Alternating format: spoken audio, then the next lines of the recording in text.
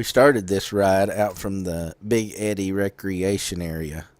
We was looking for a place that was kind of in the middle of the trail. And from the parking lot, we jumped on the trail just past the restrooms there. And we followed a log fence, which led us right to the Deschutes River. It was a really nice scene right off the bat.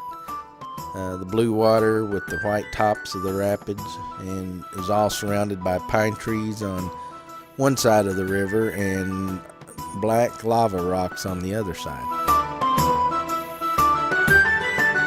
From what I had read about this trail, there was supposed to be 3 trails out there that paralleled each other and the river.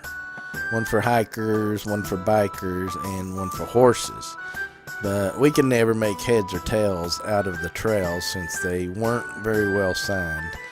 So we just stuck to the trail closest to the river. I think this was the hiking trail, but everyone we seen on bikes was on this same trail.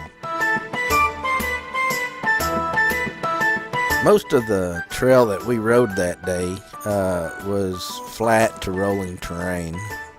There were a few climbs out there, but they were short, and maybe a couple of them a little on the punchy side. For the most part, the trail seemed to be well maintained and very busy, so watch out for other trail users.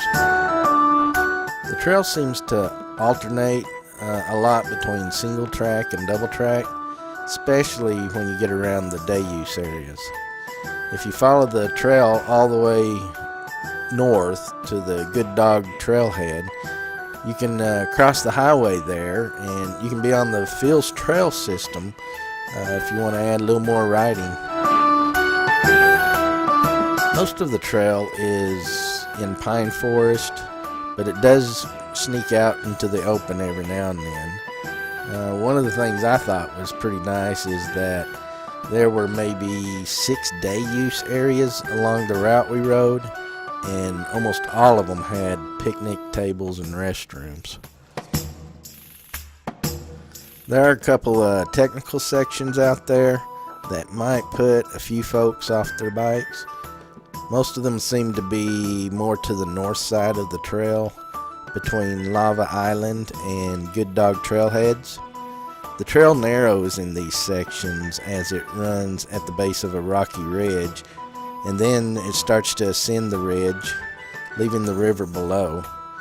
These technical sections are mostly lava rocks embedded in the ground, and there's not really any good ride around on them. When we turned around at the Good Dog trailhead, and we went back south and made it to the Deschutes Falls, I believe is what they called it. And if you get a chance, this is a really scenic area. You have to climb up a kind of a rough little hill to get there, but very, very scenic. Overall, this was a pretty fun ride and very scenic. There was only a few places out there that seemed a little tricky, but these sections are short and can be walked if needed. The climbs are pretty mild for the most part, with only a couple of grunts. This would be a really good trail for either a fast, fun ride or a leisurely ride. I would think it would probably be kind of busy on the weekends. We were out there on a weekday and seen quite a few folks. Just about anybody should enjoy this trail. I'd rate it as a beginner trail, but we did meet people out there riding it on their cruiser and comfort bikes, if that gives you a clue. So if you happen to be in Bend, Oregon, this trail is close to town and really a fun scenic ride.